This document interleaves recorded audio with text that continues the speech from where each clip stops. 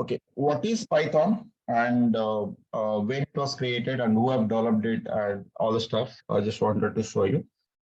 So Python is basically, if someone asks you what is Python, we prefer to say like, oh, Python is a general purpose, high level programming language, and all we say. What is the meaning of high level and what is the meaning of general purpose? I'll tell you what, each and everything. Should for her, you don't need to write a notes. I'll share a proper running notes and proper material also. You don't need to spend time on writing notes. Just for your understanding, you can roughly write it, but I would request not required. You can concentrate on the class. Okay. So we say that Python is a general purpose, high level programming language, yeah, and it is an interpreted programming language. We all say this. I'll tell you each and every word. Why do we call like that? And what is the definition of Python? Next, Python was actually developed by this guy.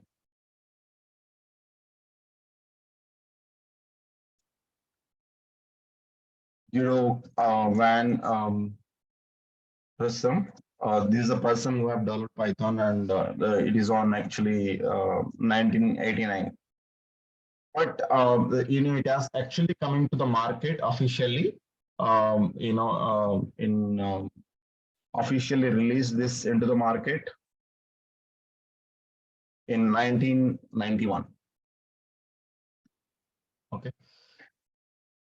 So if anybody who is actually want to come to programming, anybody wants to learn programming, the preferred first preferred programming language is Python actually. So we will say Python is recommended as a first programming language because it is very, very easy for beginners. Anybody want to completely enter into Python or programming world? No, Python is a recommended language, the first programming language for any beginners. Okay. So we'll see actually the features of Python, the majorly. Why do we call it as one thing is that why do we call it as easy? Let me tell you one more thing. Yesterday we have seen a simple example difference between Java and Python. To write a single line of code, how much code we have written in Java and how much code we have to write in Python. So similarly, if you take one more simple example, one more simple example, what is to print sum of two numbers. If I want to sum two numbers, a plus b, 10 and 20, I want to sum it. How to write a Python program or how to write a Java program. Then what we can do is I'm just trying to modify the same file because we are not learning Java here. I'm just trying to change the same. So here, this code we need to write commonly for everything in Java. So now I want to sum two values. Or if you want to sum two values, what we need to do, guys? We need to take the two values, but to take two values, we need to have one variable. I'll tell you what is variable. But for now, just imagine for a minute. We'll try to introduce the variables also today. So int a equal to 10. I want to sum two values. One, this is what we call it as a initializing the variable or initializing or taking the value into the variable. So here a is a variable and 10 is the value. Int, you just forget about what is int here. I'll tell you. B equal to 20. So I'm taking two variables here. I want to sum sum these two values. I want to find the sum of a plus b. The code that we need to write is I'll tell about everything variable, what is variable and all. Just give me some time. So now system.out.println. I'm trying to print it. Sum of a and b is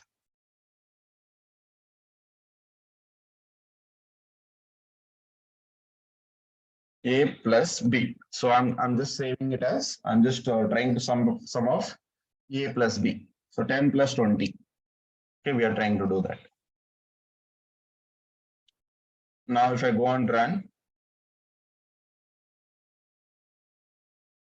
Java C hello world.java, then I'm okay. I missed the semicolon again because of Python habituation that I am just forgetting a semicolon, adding a semicolon in the end. Now I'm just okay. The code is correct and I'm able to run it properly. Hello world. Okay, if you see the output here, the output I'm getting is sum of A and B is 30. Okay, fair enough. So the code we have written properly. Now we're good. Okay. Now if I go to Python code and to want to write similar lines of code, I would simply say that A equal to 10 and B equal to 20, and then print sum of A and B is A plus B. Okay, I'll write simply something like this. And then we'll try to execute. What is this? What is the file name? Hello world.py, right? So Python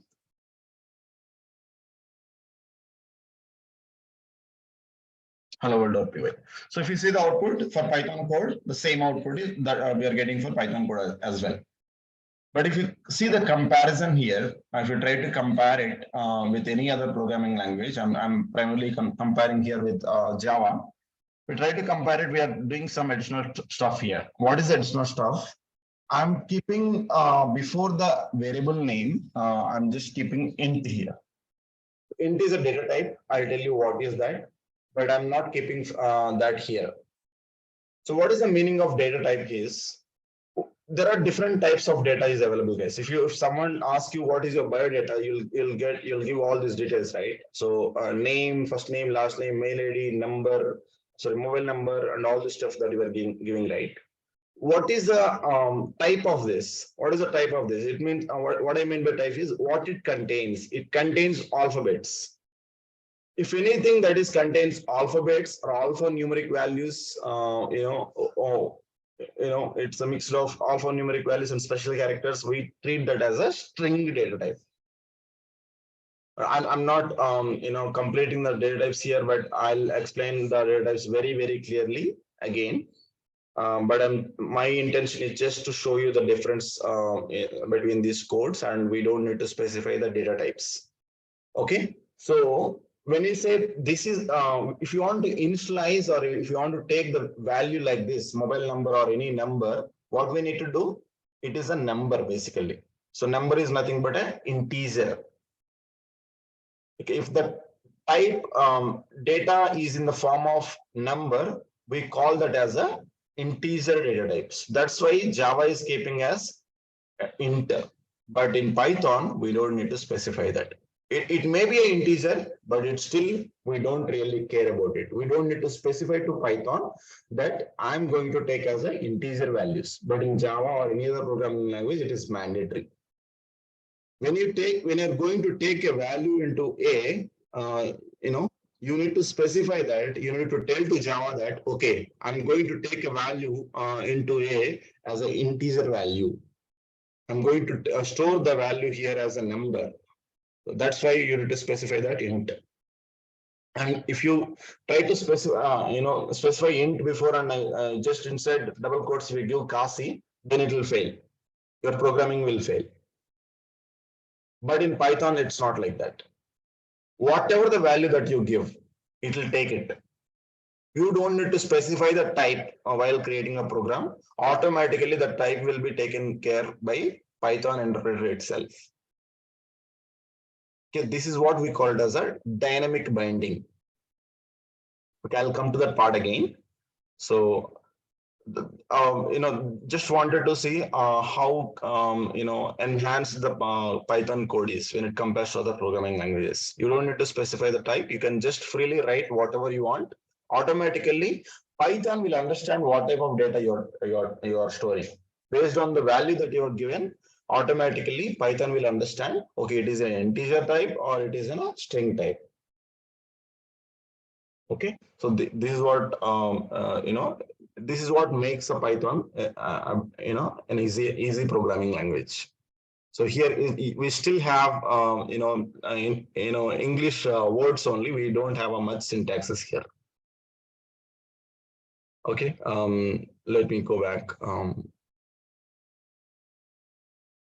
I'll come to this program again, guys. Don't worry if you are not clear till now, but because there are a couple of unknowns. One is what is variable and what is data type. I'll come to that part. Okay, next, where we can use Python and what kind of things that we can develop using Python. Using Python, we can do a lot of things, out of which, let me list down what are the things that we can develop primarily.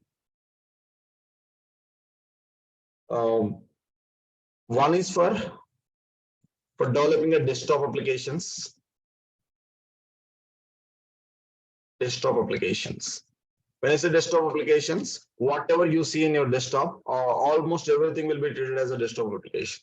Like any app, any desktop application. So I have a Canva here, I have a PyCharm here, I have a Postman here, I have IntelliJ here. All these things will be treated as a desktop applications only.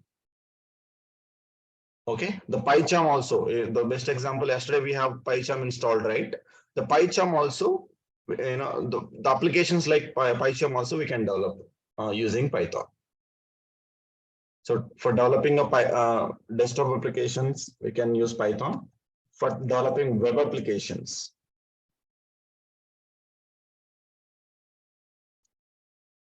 web apps. What are the web apps? Let's like a Flipkart, Amazon, whatever is running on the web in the internet. So all we can call it as a web application. So when I say desktop application, it is not necessary that it requires an internet. Okay, so if now, for example, I said that PyCharm is a desktop application. To use the desktop application, do you need the internet? No. If you want to use PyCharm, you can happily use it without internet also. But if you want to use a web application, you definitely need a web internet. If you want to access Amazon, you should start internet, right?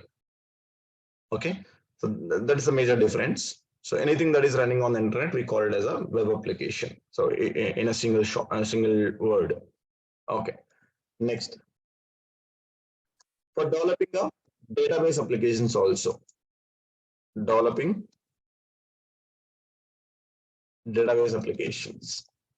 Database applications are many. Like if you see the Power BI tools, there are a couple of tools related to the database, Power BI tools and all. In Informatica, Power BI, all these tools, we can develop any database related applications also using Python.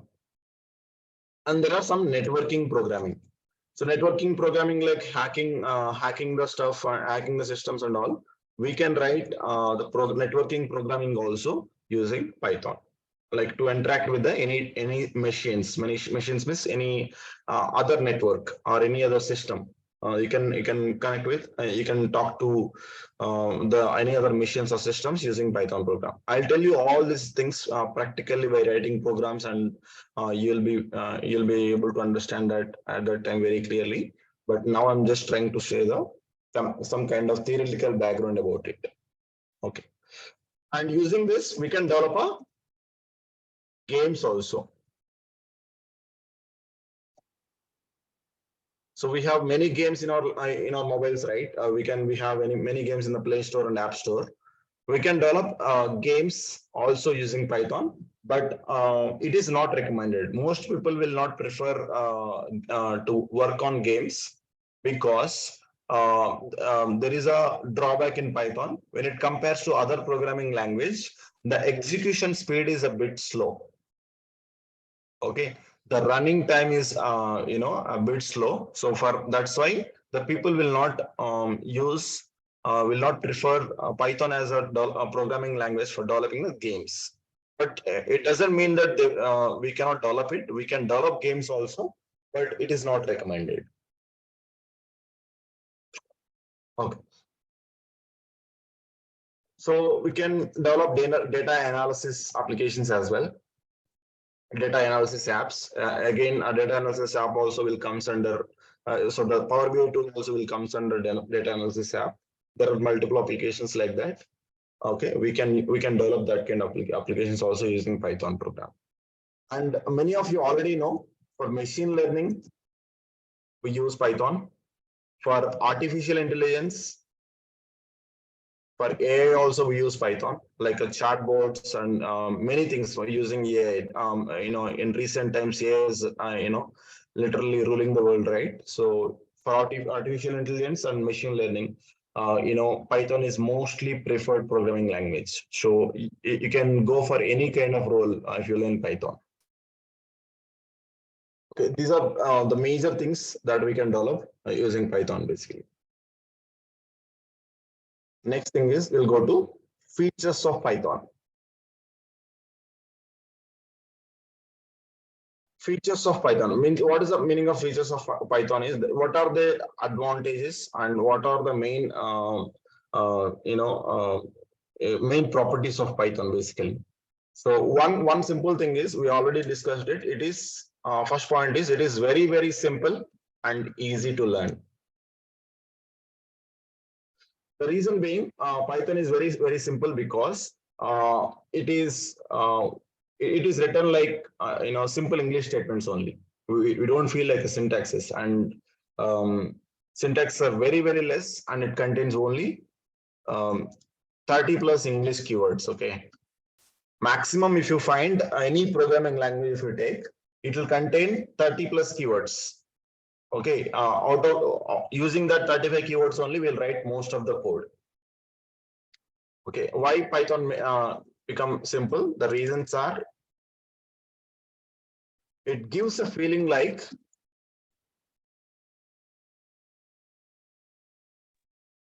we are reading English statements.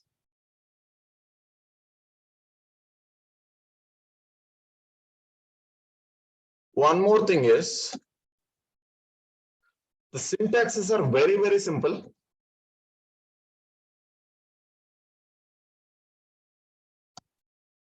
Very simple, and it hardly contains, and it contains, it contains means the Python contains only 30 plus keywords.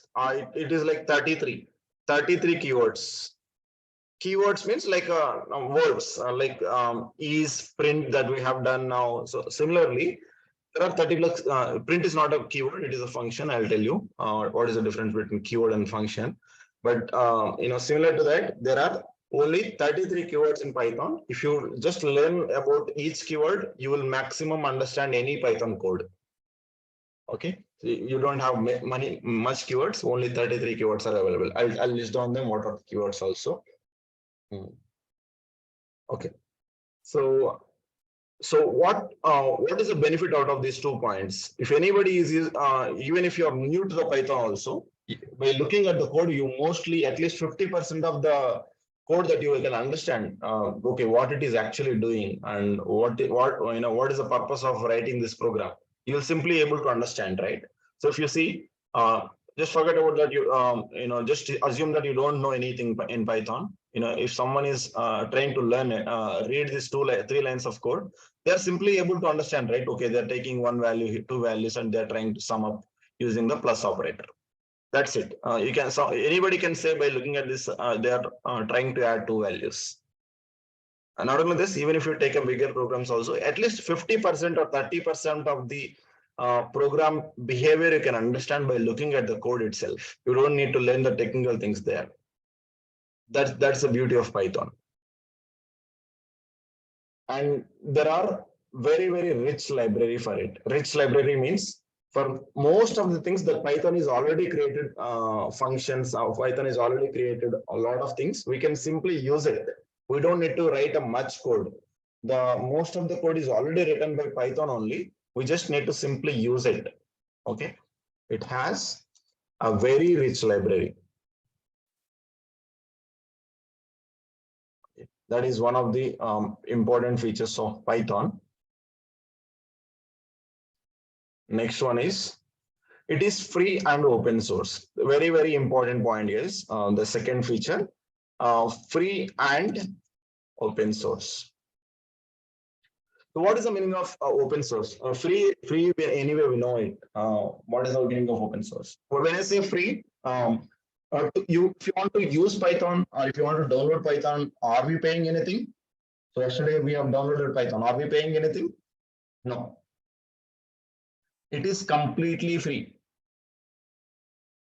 Okay. So you don't need to pay a single rupee also to download or use Python. It is completely free. And what is the meaning of open source? Open source means source is nothing but a code. Okay. You're writing something, right? When you're writing like Python and just giving the Python file name, it is trying to execute the program. If it is executing program means behind the scenes, there may be a lot of things happening. Those are taken care by Python itself automatically. What is the meaning of open source is when you try to download it, when you try to download Python, just a minute. When you downloaded Python, it will create one folder in your system. Okay.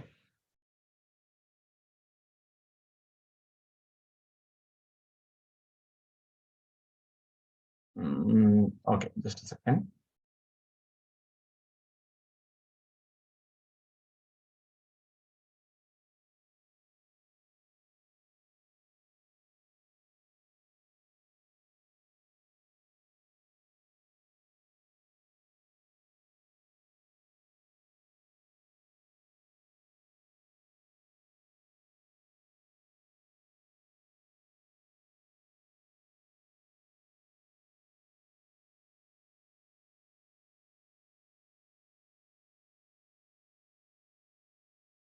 Okay.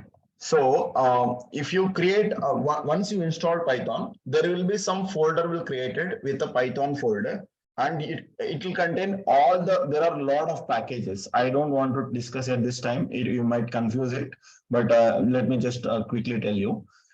If you see there are a lot of Python files here, right?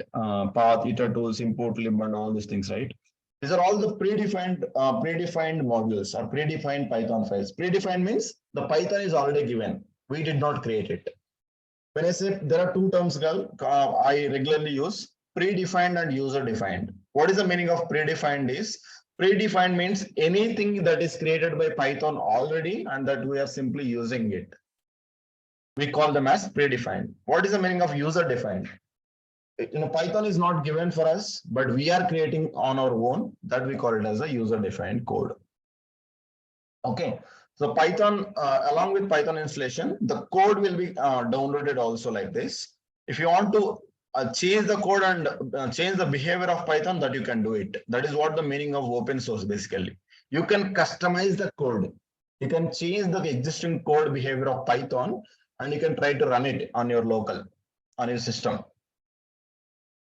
Okay. That's the beauty of open source. Basically, you can change the existing code also. You can change the Python code also,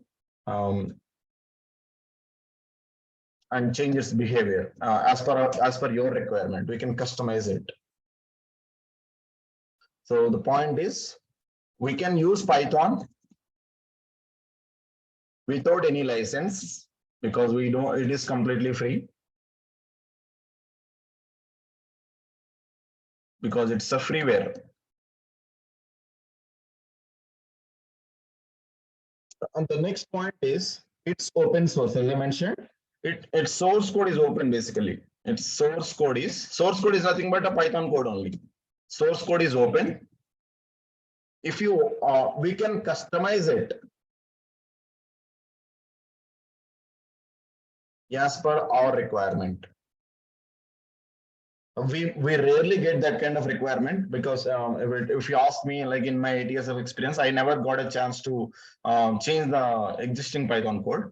We will simply write our own code and we'll use the facilities of Python that is given. So mostly Python, mostly whatever the Python is given, that is enough for us. We rarely get a chance to customize it. Okay. Next. That's the one important feature. Well, let's go to next feature.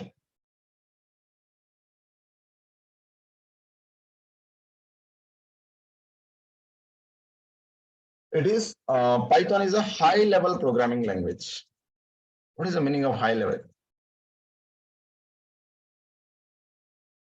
Okay. What is the meaning of high level is it is basically a friendly language. So being a programmer, we are not required to concentrate on a low level activities. Low level activities means when we are writing a Python program, we are writing into server and we are deploying into server, right? There may be multiple things that we basically need to take care. What are the things is, so you might have heard that many times that some website is hacked. Some website is hacked and hackers are hacking their website and all, right? What is the why the hackers are able to hack it? Because there might be some security issues in their system, in their website. So Python by default it is a highly secured. We don't need to, as a programmer, we don't need to worry about the security. That is what the low level activities I mean say. Security, memory management. So all these things are low level activities. We don't need to worry about the low level activities as a programmer. We can simply write. So like we've written a sum of two numbers. You can write your program. That's it. So coming to the security part and memory management, all these low level activities, Python will take care of it automatically. Okay. So being a programmer, Python is a high level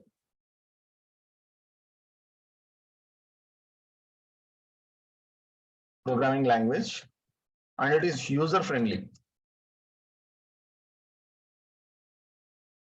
Okay, as a programmer, we are the programmers. As a programmer, we don't need to worry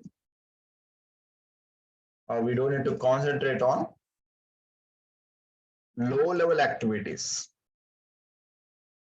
When I say low level activities like memory management.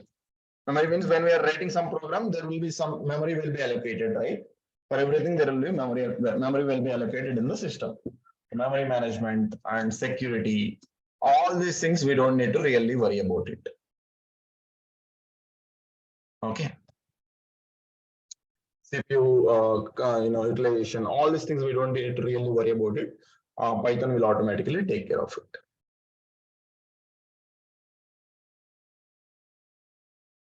I know you might feel bored about this class because it is more of a theoretical today. We'll start our practical things from tomorrow because these are important point we definitely need to learn as a programmer. Okay, next, the fourth point is the Python is a platform independent. Okay, what is the meaning of platform here? So platform or OS independent. When someone say platform, it is nothing but a OS, guys. OS means operating system. Okay, what is the meaning of independent here? So if you write a program in Mac OS, so MacBook, and if you try to run the program, then it'll it will be you're getting some output. So for example, I have written my program for some of two values here, and I'm able to run it and I'm able to get the output, right? The same program you can work, you can execute in any other system also, any other OS also. It can be Linux or it can be Mac or it can be any other system. You can execute the same program without any issues. Means the same you don't need to syntaxes or anything will not change based on your operating system. So for example, if you see yesterday we were trying to download Python, right? There are two ways of downloading it. For Mac OS it is separate and for Windows it is separate. But that comes under the installation part. That's nothing to do with the Python. But when you're trying to run the code and write the code, whether you are using Mac or whether you're using the Windows, it doesn't matter. The code will be same anywhere. That's what we make it as a platform independent basically. So once we write a Python program, it can run on any platform without rewriting or without modifying again. Because there is along with Python, there is one one program will be there inside, which is PVM, Python Virtual Machine. So it is the responsible to convert the program into a machine understandable form. Okay, I'll tell you what is a machine understandable form. Okay, so basically, for humans, let me tell you before going to this. As humans, what are the language that we use to communicate between each other? For human beings, we have a separate languages, right? Like English or Telugu or Hindi or any other, Tamil or Kannada or multiple languages are there. Why do we need them? Because we as a humans, we understand some languages. So I understand Telugu and English and Hindi. Okay, someone might understand only Hindi. Someone might understand only Tamil. So if I want to talk to them, then I should know Hindi, or I should have someone in the middle who can translate it and convert to them. Otherwise, we both cannot communicate, right? Okay. Similarly, where are we writing a program and where are we running a program? We are writing a program and running a program into one system, any machine. When I say machine is nothing but any system only. So when you are trying to run the program in our system, we are writing on our own language, which is English. So the Python program is in English only, right? It is not in any other French or any other language. It is in simple English only, but it contains some syntaxes. Okay. So the programming language we have written in English, but machine does not understand everything. Machine can understand only byte codes.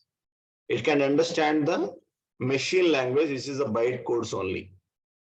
Okay, but we cannot write a program using bytecode. That is very, very hard. Directly, we cannot write it. That's why there is a program that is already created by Python, which is called PVM. Okay. For machines, I'm just saying, for humans, it is English or any other language. For machines like this, it will be bytecode. Okay. So who is responsible for it? We are writing a Python program. As a programmer, we don't really care about a bytecode. But who is responsible for it is, there is a very, very beautiful program called PVM, Python Virtual Machine. Okay. What is the purpose of this? PVM is responsible for converting our Python code into a machine understandable form. Okay, we'll simply write it and leave it. We'll write execute it. But in the behind scenes, what is happening is the PVM will take all our code and it will try to convert that into a machine understandable form, and automatically our code will be can understand by the system, and it will respond accordingly. Are you able to follow me, guys? Yes, Kashi. Yes, sir. Okay, cool. Okay, I'm saying it again. Platform independent means once we write a program, it can run on anywhere, any platform, any OS, without modifying or without rewriting a code. Because there is a beautiful thing called PVM, which internally takes care of converting our code into a machine understandable form. That machine can be a Mac OS, and machine can be a Linux, and that machine can be a Windows. But PVM will take care of it. As a programmer, we will happily write whatever the code that we want. Let PVM will take care of it. Okay. If someone asks, you, is the Python is platform independent or platform independent, you should say that Python is a platform independent. Because it doesn't care about what is the OS. We simply write it; it will execute anywhere. That's what we should say. Once we write a Python program, it can run on any platform without modifying or rewriting the code.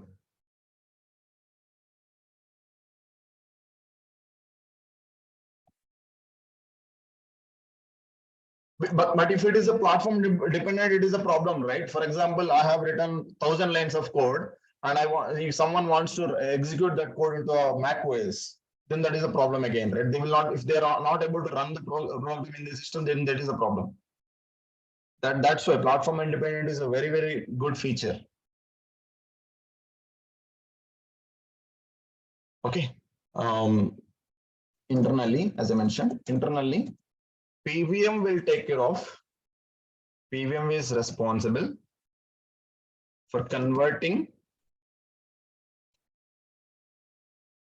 code into a machine understandable form. Okay. This is one of the very important feature.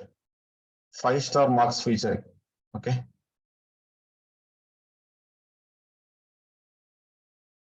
Next, point number 5. Feature number 5. Feature number 5 is dynamically typed. Okay. Have you heard this word? Have you heard dynamically typed? We just saw it, guys. Today only I used it.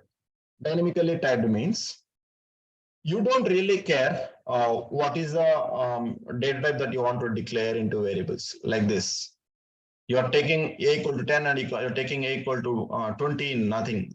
We don't really mention that what is the type of value. It automatically takes care. But if you go for Java, you need to specify in what is the value. Okay, Java will ask you, hey, you want to store integer? Then tell me that you are going to store integer before. If you don't tell me that, I'll throw an error. But Python will not say that. You will just store whatever the value that you want. I'll take care of converting into a required format. I'll take care of the type automatically. You don't really worry about it. So for example, I'm saying that if you do int a equal to Kasi, what is the problem here? The Kasi is a string. It is not a number, but I'm just saying here as an integer.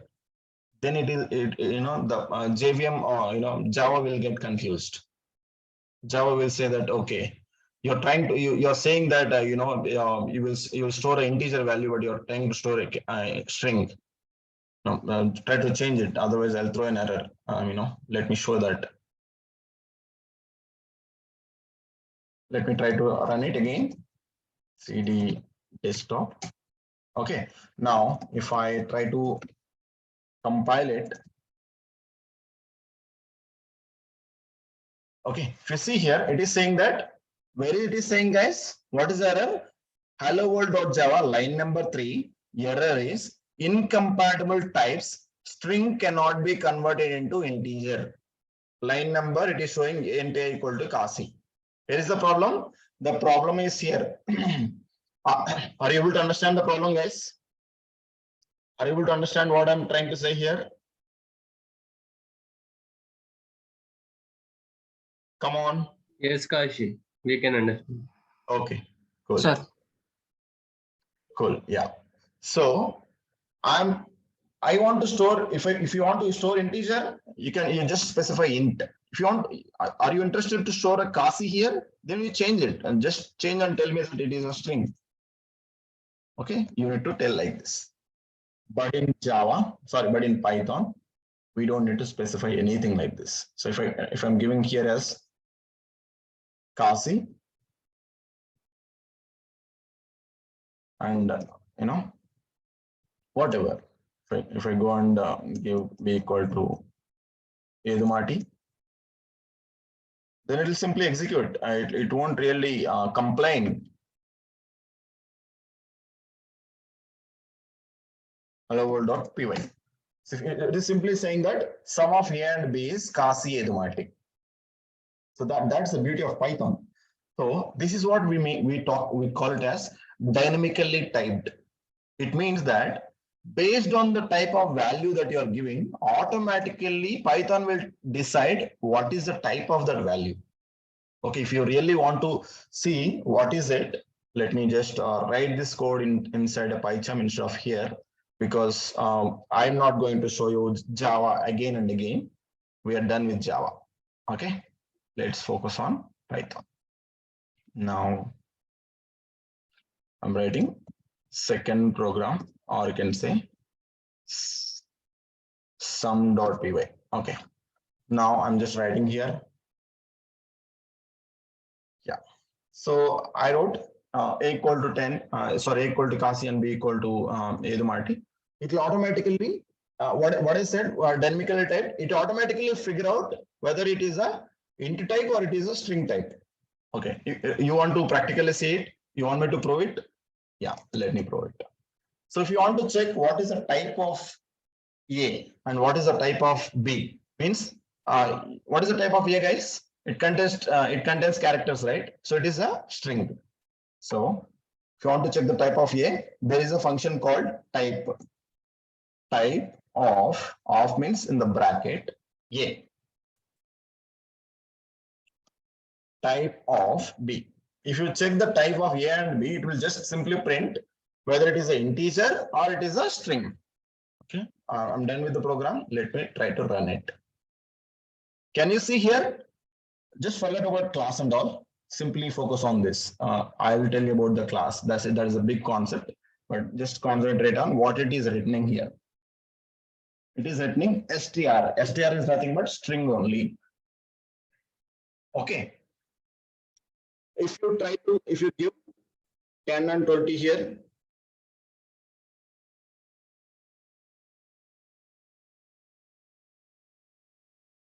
10 and 20 here, it will automatically take it as integer. So now if you see, it is treating as integer type. So type is the function. I'm just writing it again, guys. Type, it is a function. It is a predefined function. Predefined means it is given by Python. We did not create a function. Predefined function to get the type of variable, type of any variable. If you want to check the type of any variable, you can simply use the type function. Okay, so what is happening here? Based on the value that we store, automatically type will be allocated. That's the beauty of Python. That is a beautiful feature of Python, which is a dynamically typed. So dynamically typed means automatically, based on the value that you give, automatically the type will be decided. We don't need to declare the type like we did in a Java. We don't need to declare the type like we did in Java. Automatically, Python will take care. Are you clear, guys? Are you able to understand that point? Yes, Kashi. Yeah. So Java is statically typed, but Python is a dynamically typed.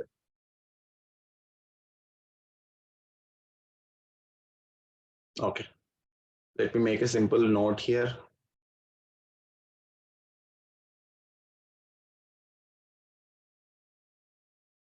In Python, we are not required to declare type for any variable. Okay. Whenever we assign some value,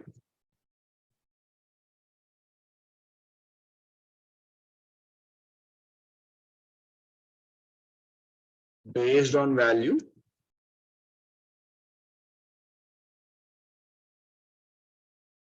type will be allocated automatically.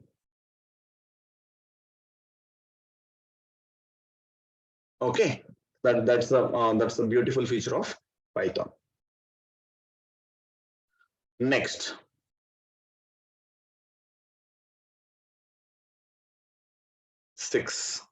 point number 6. Python is both procedure oriented and object oriented. Procedure oriented and object oriented. What is procedure or what is object, you will get to know in future. But what is the meaning of simple meaning, if you want me to tell you at this moment, is if you take Java, it is not procedure oriented, it is object oriented. And if you take a C, it is a procedure oriented. Because what do you mean by procedure oriented is, Without writing a classes or without writing a objects, you can write a program. So if you see here in Java, I'm writing a class here, public class. If you want to create any program, you need to create a class. But in Python, you don't need to write any classes or anything. Using a simple functions also, you can write a bigger program also in Python. But without objects and without classes, in Java, we cannot write a programs. And with classes also, we can write Python program. With classes and without classes also, we can write program. Okay. So, so because of this, we get the benefit of we get the benefit of procedure-oriented features and object-oriented features also. That is an extra option for Python. It is both procedure-oriented and object-oriented also. We can write a programs without OOPS concepts, object-oriented principles, basically OOPS concepts.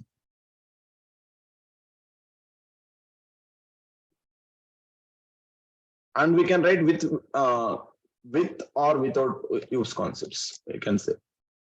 Using a simple Python functions also, we can write bigger program, and using a classes and methods also, we can write a program. That's one. This is also very important major feature only.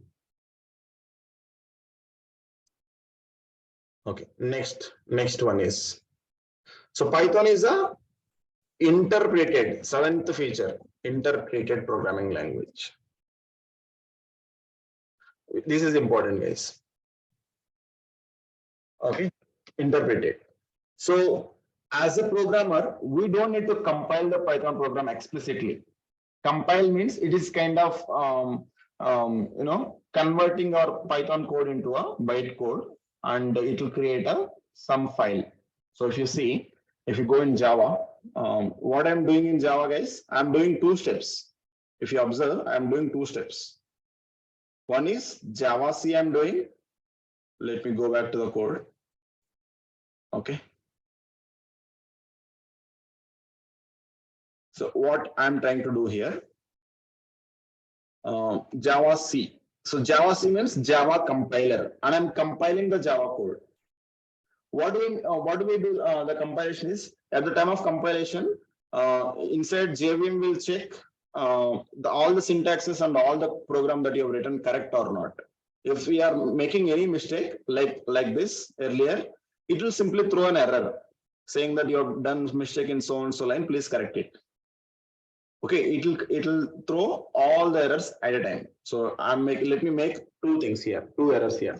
Line number 4 and line number 5. And I'm missing two semicolons. In Java, semicolons are required. Okay, if you see here, how many errors it is showing, guys? It is showing two errors, because line number 4 I have missed semicolon, and line number 5 also I missed semicolon. Okay, let me summarize what I'm trying to say here is, Java is a compiled programming language. What is the behavior of compiler is, compiler will take the entire program at a time and will compile at a time. If there are any issues in the entire program, then it will throw all at a time. If you see two errors are there, two errors it is throwing an issue. But in Python is a interpreted programming language. Okay, it is an interpreted programming language. What is the behavior of interpreter is, it will start executing from, it will start checking from the beginning, from the top to bottom. It will start checking by checking the program line by line. Okay, we don't need to compile the program, but it will start checking the program line by line. And if there is any syntax errors, then it will simply throw it. Okay, it will start checking line by line. But Python, it will take the entire program at a time and it will try to compile and check it, and will throw whatever the errors are there in the entire program. For example, I'm making a mistake at line number 3 here. Okay, and I'm making a mistake at line number 5 also. Okay, let me run the program here. Okay, if I run the program, what it is showing, guys? It is showing that there is an error at line number 3. But there are actually in the entire program, how many errors are there? There are 2 errors. Yes or no? There are 2 errors in the entire program, but it is showing only 1 error because this interpreter, what it will do, it will start checking by line. If there is any issue in that line, it will simply stop there. It will simply throw that there is an error here, and it will not even care, or it will not even go for the next line. Are you with me, guys? Are you able to follow me? Any queries or any questions here? Come on, speak out. Okay. So I'm assuming as this. So though the errors, there are 2 errors, until unless you fix this error, it will not go for next line. Okay. So that's a compiler. So it will check the because of this compiler only, the programming speed of Python is a bit slow. That's a bad behavior, but still it is a bit slow. But it is a feature of Python, what we can do. So if the compilation, interpreter tries, if there is any syntax errors in the while interpreting it, it will simply throw an error. If I fix this error at line number 3, then it will go for checking line number 4, and if it is correct, then it will go for line number 5. And if it is failing at line number 5, it will simply throw that error. Okay, it was never closed. It's saying that syntax error, it was never closed. Okay, that's the issue.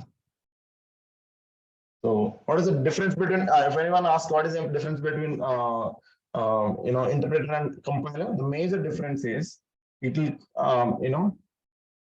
it will take, the compiler will take entire program at a time, and it will, check and validate all the syntax errors and all, and it will throw all the errors at a time.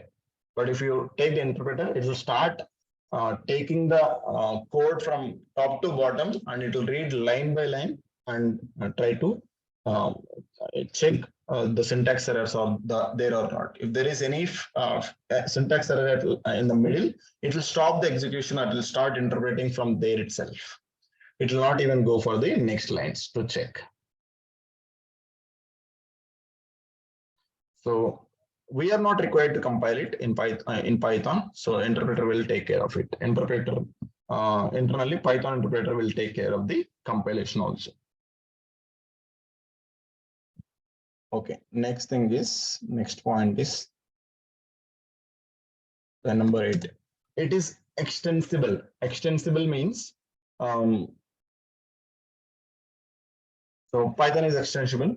So what is the meaning of extensible is inside Python, we can use other programs also. We can use other programming languages also in Python. That's beauty. You can, no other program will allow it. I'll showcase it practically in future. This is the main advantage. The main advantage of this approach is we can improve the performance of the application because we can embed any other programming language. Means, for example, if you are feeling that some code is good in Java, we can include that code in our Python code. Then we can achieve the behavior, and we don't need to write a separate code for it in Python. Okay, so extensible means we can use other programs also in Python. So we can embed, extensible or embedded, we can say.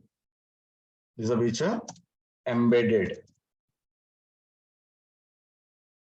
Okay, you can use Python program in any other programming languages. It means that is we can embed Python program anywhere. Okay. That's a simple feature and very good feature also. The feature number 9, it contains the extensive library, guys. Seriously, it is a huge library. If you compare to any other programming language, it has a very rich inbuilt library. If you want to connect with a networking application, and if you want to work on the database applications, and if you want to work on the web applications, Python already given a lot of code. It is already given the code. We simply need to use it. Okay. So you will realize it going forward. You will realize it. It has a very rich library.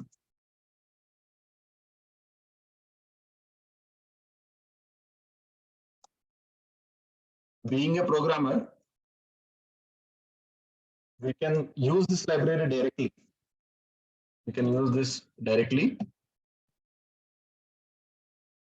Library is nothing but the existing code only. And library is nothing but it is a combination of some Python files. That's it. In simple terms, if I have to say now, library is nothing but the combination of multiple Python files. And using that inside that Python files, there may be some common code. Okay, for example,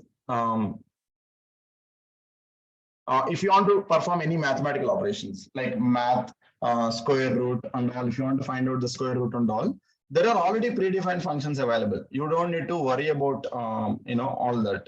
What you need to do is simply import math module.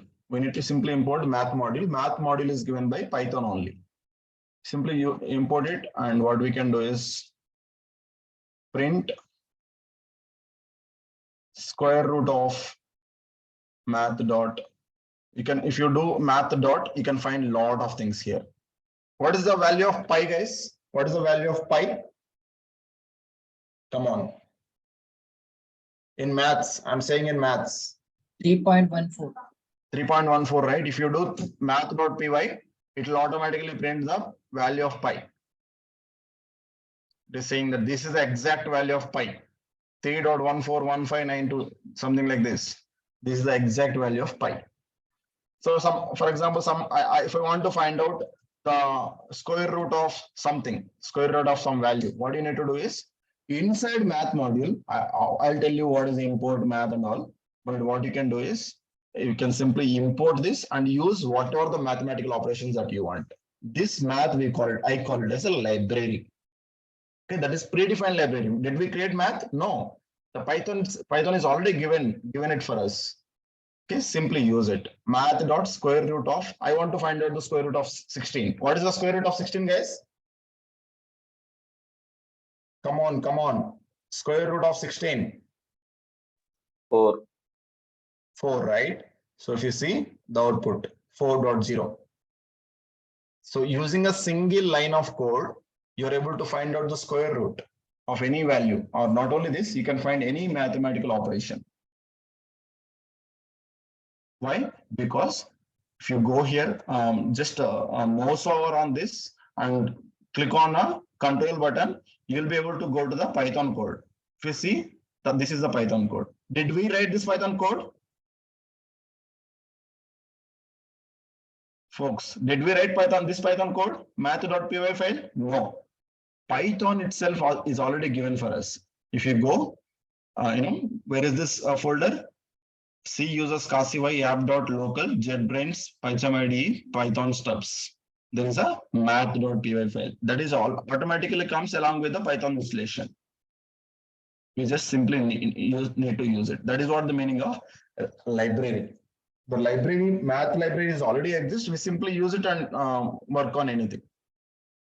Okay, you want me to, Farhan, you want me to check for 364? Let me check.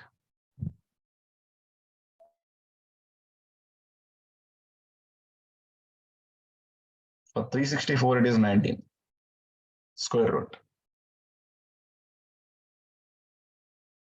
Okay, so that's how you can find any math. You can do any mathematical operation using a simple math library. You don't need to write a separate code for it. If you want to perform any other things that on top of it, you can do it. But you simply need a square root, or you simply need a pi value, you simply need a sum of two values, something like that. You can simply do it. You don't need to write all this code. For example, if we are writing all this code on our own, right? I'll simply remove it, and you can use some functions will be there. Math.sum. Okay, you can just sum of some values. You can do anything.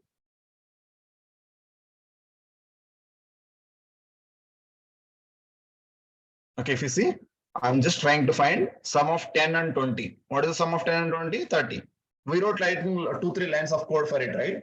You don't need to do it. So math library is already contains a one function called fsum. Using that fsum, you will be able to find the sum of two values. Are you able to understand? Are you able to feel the importance of library? Yes, Kashi.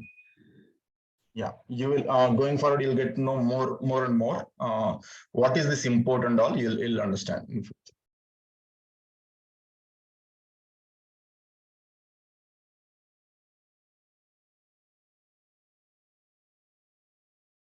Yeah, so I'm saying, being a programmer, we can use this library, and we are not responsible to implement the functionality. The functionality will be automatically implemented, and we can use this library directly. Okay, those those are all, I think, major features of Python. Next, let me go to limitations. I'll end up with the limitations today. We just have 9 more minutes left. Tomorrow we can plan. So limitations. Limitations means kind of a disadvantages. Limitations of Python. There are very few. What are the limitations of Python? One limitation is the performance is a bit slow. The speed is a bit slow. Execution speed is slow because of the interpreter only. The problem is with the interpreter. Performance wise,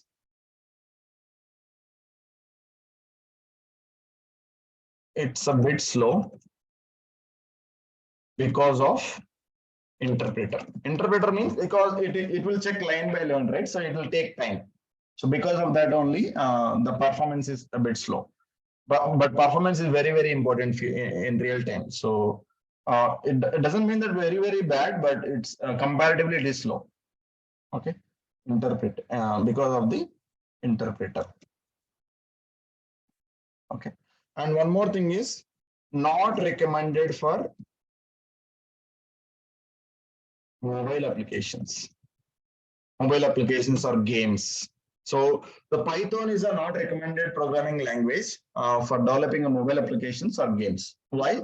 The reason being, if you see any games, if the game is actually slow or if the game is stucking in between, we feel like just simply crashing the mobile, right? Yes or no? The people who play games a lot, you'll understand the problem here. If the while playing a games, if the screen is stucking or if the app is not responding fast, then we will not play. We'll not feel the we'll not feel the game, right? We cannot feel it.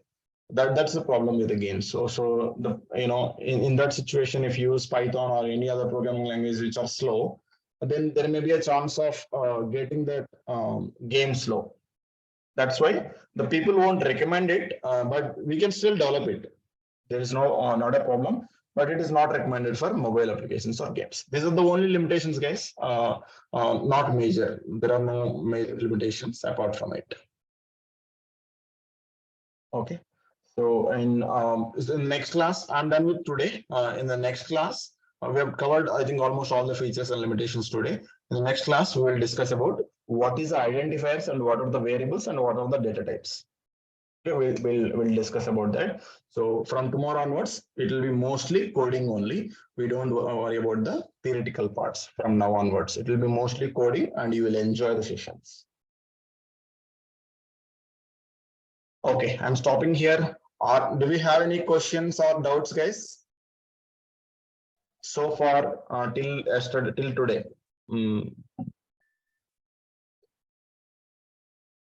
We have 6 more minutes left. We can discuss whatever you guys have. Any questions? Today's assignment. Okay. Today's assignment, there won't be any assignment today, but I would request you to go to all these features. I'll share the material also. I would request you to go to this features and understand it. Understand it practically. Don't simply read all this theory. Don't read the theory and by heart it. Just understand the practical things. Go through this because there is nothing to give the assignment for it. It is more of a theoretical one. Tomorrow onwards, you'll get more and more assignments. But since we have 5 minutes, let me do some activity here, guys. We have I have shared one classroom link yesterday, right? Where we will upload all our assignments on a daily basis and material also. Material also you can find it. I hope everybody here or there in this group. Are you there in this group? Is anyone not there? Farhan is there. Let me check. Durga. Durga, I think you're not there. Would like to join here? I shared the link in the group yesterday. Okay. Yeah. Herbert, are you there in this? Herbert, I see your. Yeah, your sir. class. Yeah. Yeah, sir. I'm in the classroom. Oh, cool. Nice. Merlin? Yes, sir. Oh, you are also there. Great.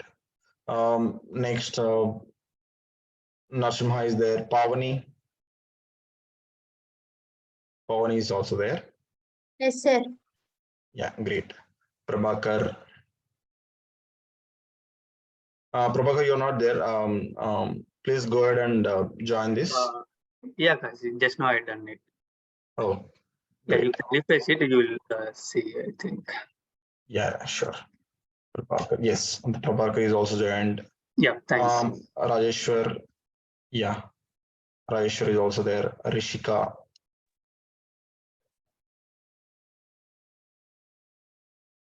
Rishika, are you there?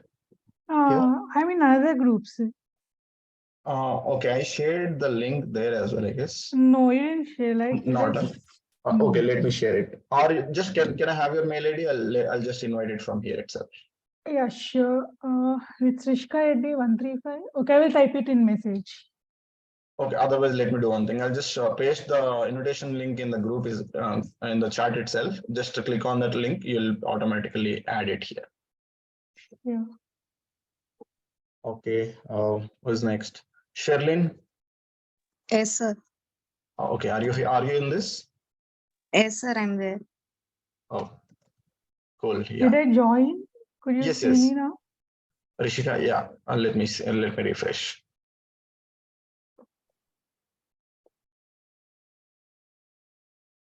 Yes, you're there.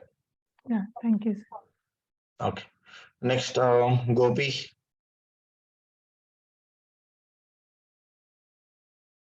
Sri Gopi, you're there. You're already there. Okay. I see every one of you are here. What I will do is you will get every day in the end of the class, I will just upload the running notes and I'll upload the material and I'll upload the assignment also.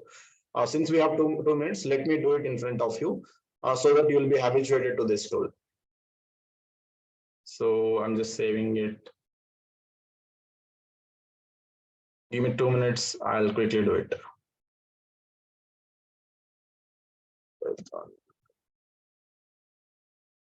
Right. Okay. So class 1 features of Python. So these are running notes. I'll upload the material also, but okay, let me upload the running notes right away. Classwork, material, features of Python, class 1, and then let me upload it.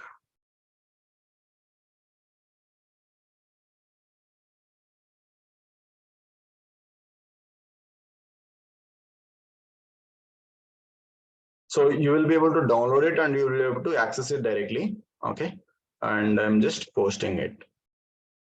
So as soon as I upload something, you'll be notified. Okay, you can able to see it. And I'm just giving an assignment also.